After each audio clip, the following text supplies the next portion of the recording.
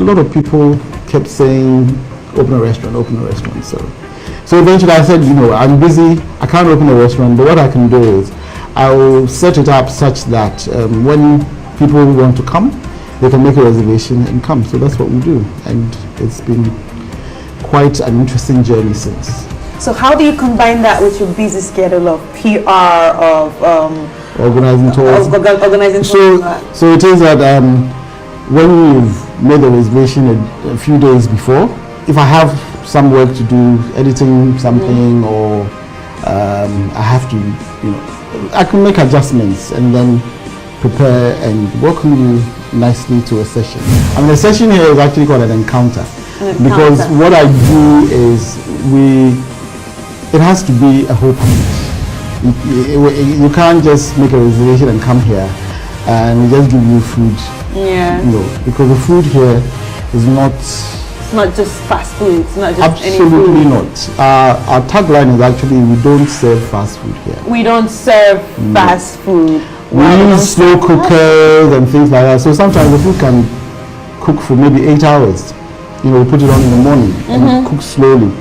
And when we do pork, for instance, that way, when you put the knife on the pork, it just goes down without effort. Yes. Put it in your mouth and it melts. That's when you have repeat guests. That's a very good thing. Yeah, that's a good sign that people actually do like their food. Because sometimes I think they're pulling my leg, you see. No, well, I'll taste it and I will know if they're really pulling your legs or not. But talking about your visitors or the kind of people that come to you, who are your clients? Who are your targeted clients? Can anybody just call you and just come? Yeah, if you have money. Oh. No, really. If you have taste, I mean, I serve really Ghanaian food, but when I say Ghanaian food, I really mean Ghanaian food, like abom, jollof, all those things. But we sort of like try to bring it into the 21st century. You serve it like how it would be served, in a proper restaurant, gourmet style, with what do you call it? All the trappings of a nice meal. Yeah. So yeah, we try to do that, and I think it's about making food fun also, making food such that when you see it, it's pleasing to the eye before it gets into your mouth and gets into your belly. All right, so you've described food so much that my mouth is already watering at this point. And can you just give me a tidbit of what we're going to be preparing today? I was coached into preparing jollof. It's actually one of my signature dishes. Yeah. And I have a little twist that I add to my jollof. So we can go to the kitchen and I can start putting things together. And hopefully you're going to enjoy it. Well guys, you've heard it all, but it's time to take a break. And we'll come back after the break. We'll be heading into the kitchen with Pajon.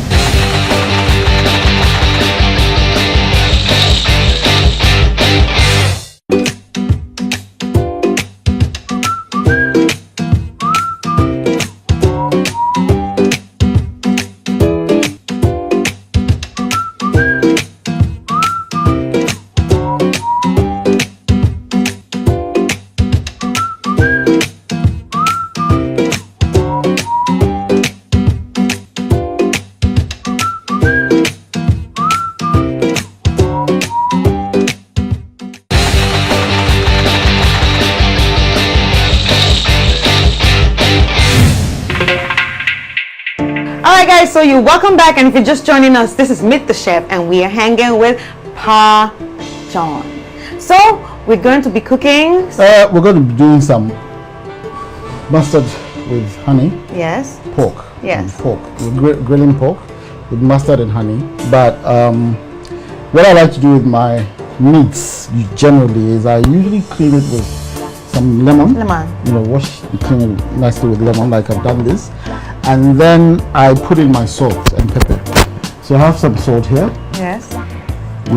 And just work the salt in the meat.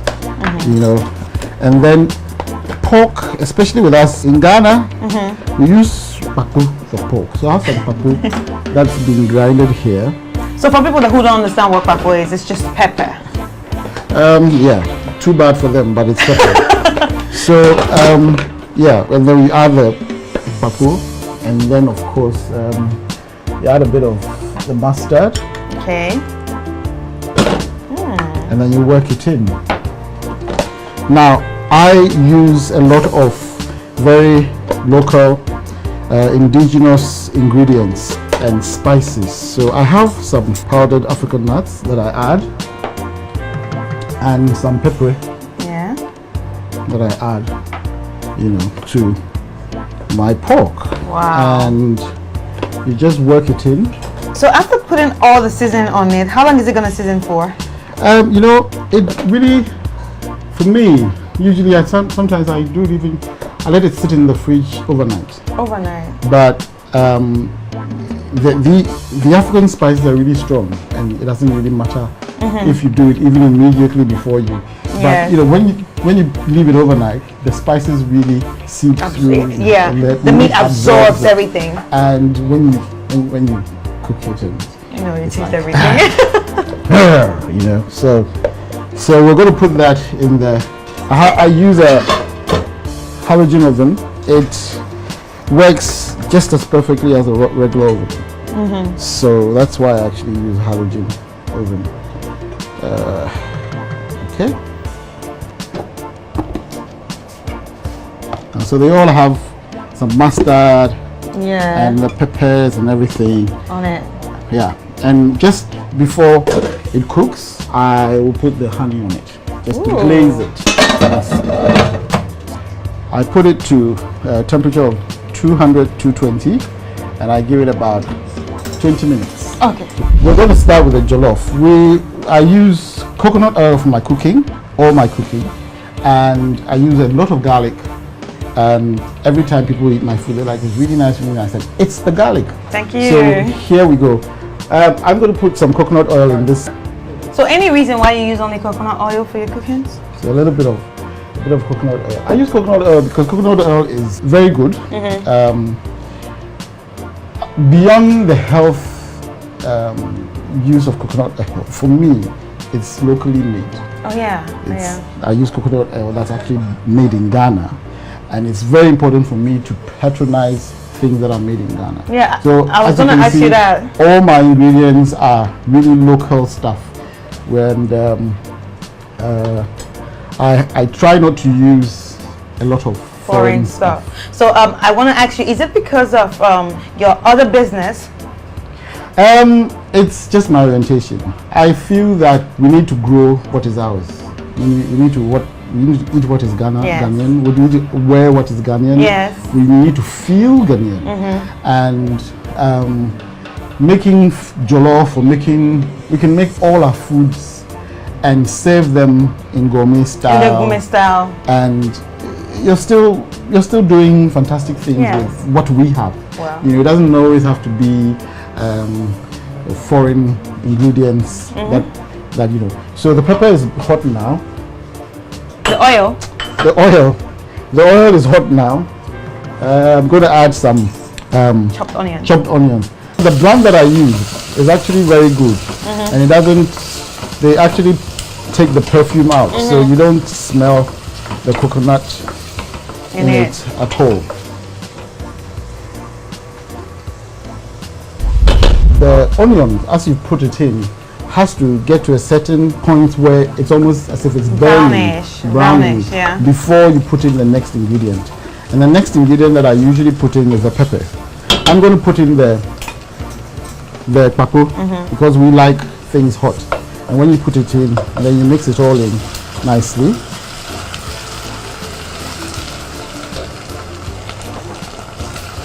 And then I'm going to add some ginger, ground ginger.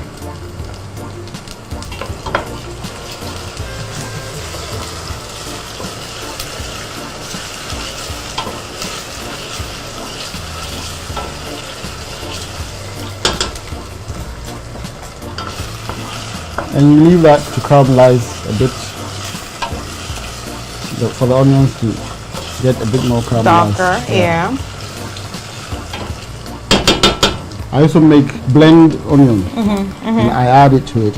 It gives it a bit more body, and it gives it a certain sweet taste that sometimes you're not careful. So this is the onion. What I tend to determine I have to put in the next thing is that when I'm stirring, it feels like the under is burning. Then I put in the next thing.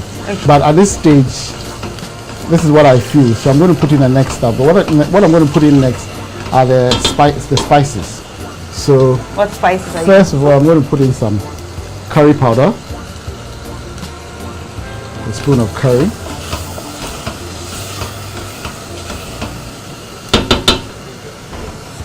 I'm going to put in some African nuts.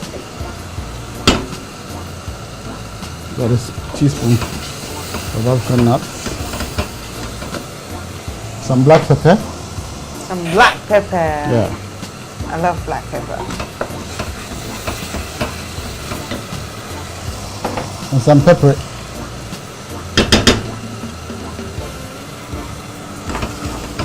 Okay, so great. I love the color right now. Yeah. And once it's like this and it's almost as if it's burning, then I pour in blended tomatoes.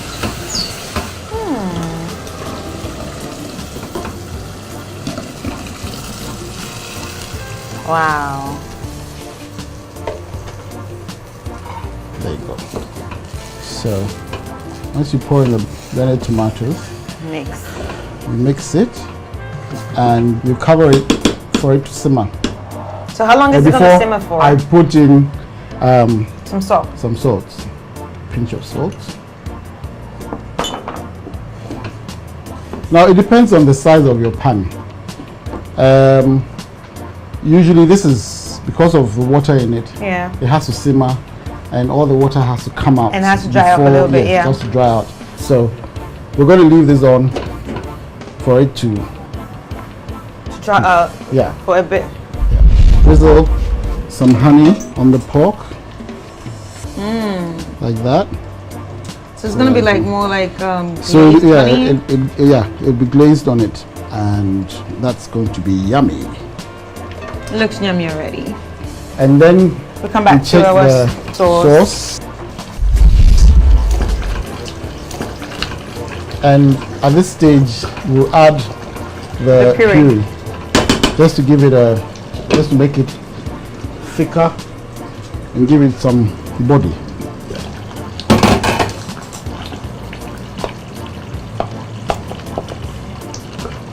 Nice. Yeah. Looks thick. Yep. That's how we want it. So what you're doing now is trying to mash up the puree. Yeah.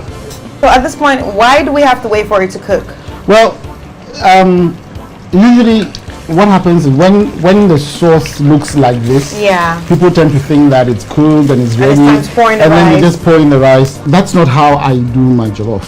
You know, what we do is you cook it until it's properly cooked.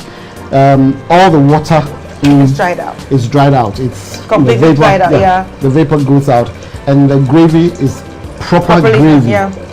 And then I start again the whole jollof process again by actually adding water. You know, taking a measure of the gravy and a measure of rice, a measure of water, depending on the amount of rice that I'm going to use.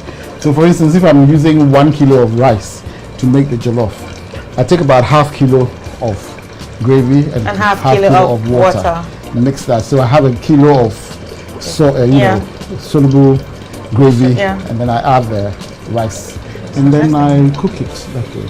So what makes it different?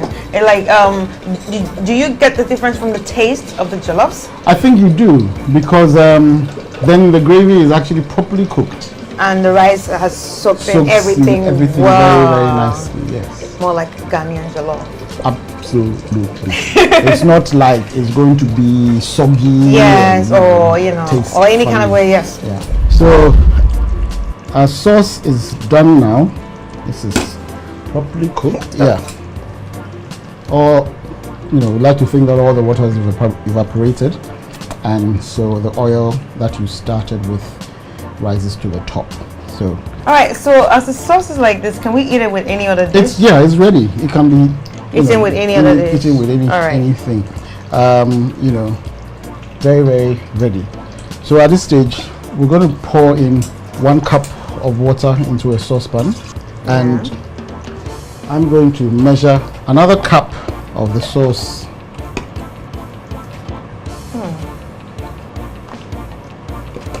So that's like 4 liters. And I add a 5th one, and I add it to there. Now here is where it gets interesting, because what I do is I usually add a bit more salt. So you seem to have added some salt. Some salt to the sauce when you started. Some more salt, yeah. When you put the rice in, you're adding more ingredients. Okay. You're adding something. I get so you have to add a bit more salt. And something else that I add to my jollof usually is cumin powder. Cumin powder. Yeah. So I add a bit of cumin. So that's about 2 teaspoons of cumin, and I add that to the sauce to give it a nice flavor. And then you leave it to simmer. So why are you not using the cumin sauce for the sauce? Well, you can use the cumin in the sauce if you want the sauce to taste like cumin. Kind of way, because you see, as you can see, the sauce is a bit more than what we've used to do the jollof. So basically, you can use the sauce for other stuff. So other stuff. So I can add a bit more curry and make it a curry sauce. Add, I don't know.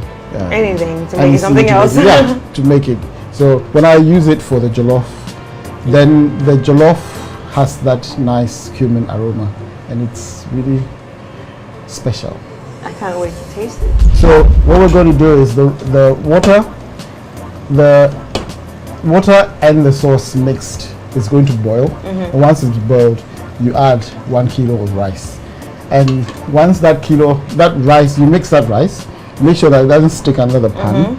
And once that is boiled, you lower the fire. And it boils in like low temperature. Rice really cooks with steam.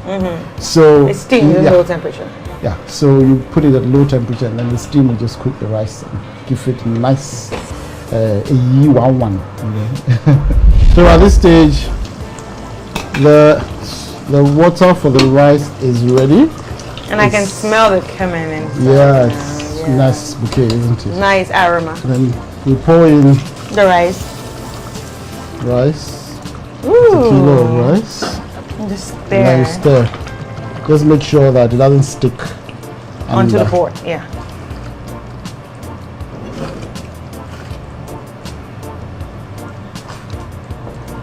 And then you cover it like that until it starts boiling, and then you lower the fire completely, and then you leave it on the low fire until it's done. Just steams basically. Yeah. Alright, so food is ready, but before we taste the food, let's ask Pa John what we should be expecting. An amalgamation of tastes. You heard it, an amalgamation of taste. I can't really wait to dip into this amalgamation of taste. But hey, let's go on a break. We'll be right back and dip into this.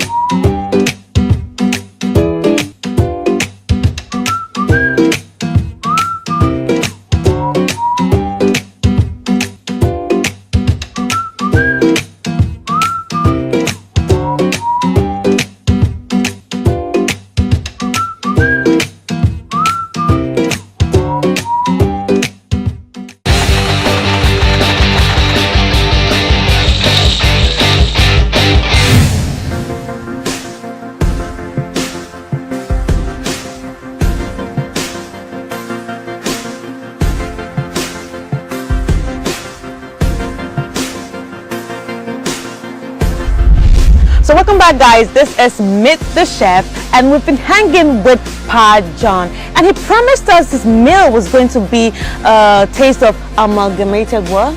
Amalgamation of taste. Amalgamation of taste. My mouth is watering.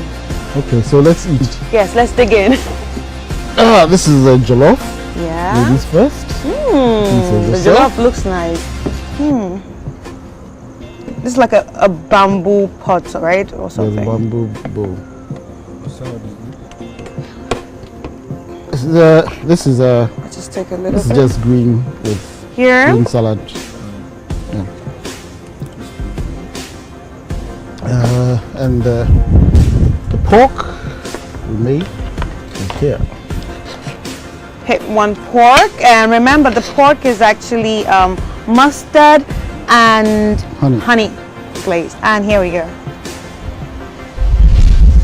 Dear Lord, bless this food for us in the name of Jesus. Amen. I'm allowed to go in. I'm not waiting for anybody.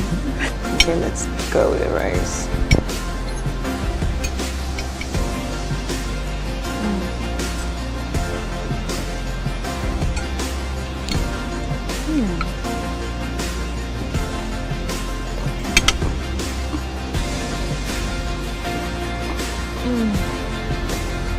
I love this little bread.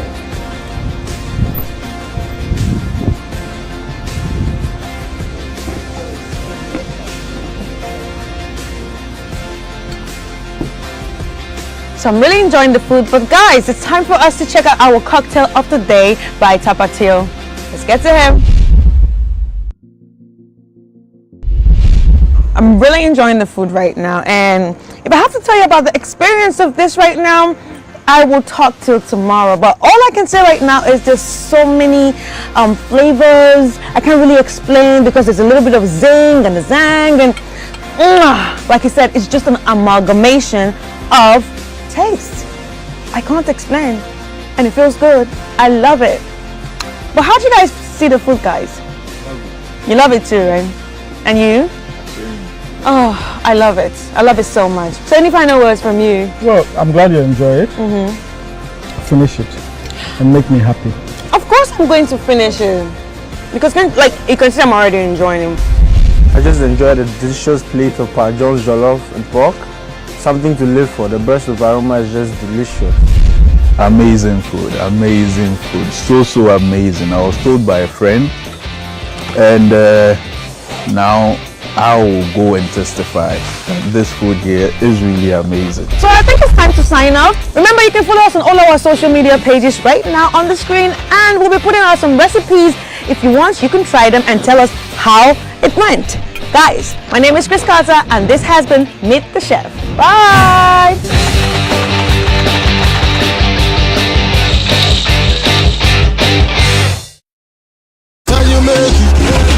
One big stage, over 40,000 fans. The lights, the sound, and the cheers. It's more than music. It's an experience. More than a concert. It's a gathering of stars. Shatta Wale, Stonebwoy, Samini, Ebony, Fancy Gadam, Gift Yourself, Kitty, Kwame Eugene, Lil Wayne, DJ Viroski, DJ Lord, and DJ Mono live in concert. Say you love me.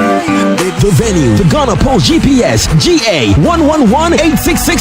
Download the app and locate the venue. That's GA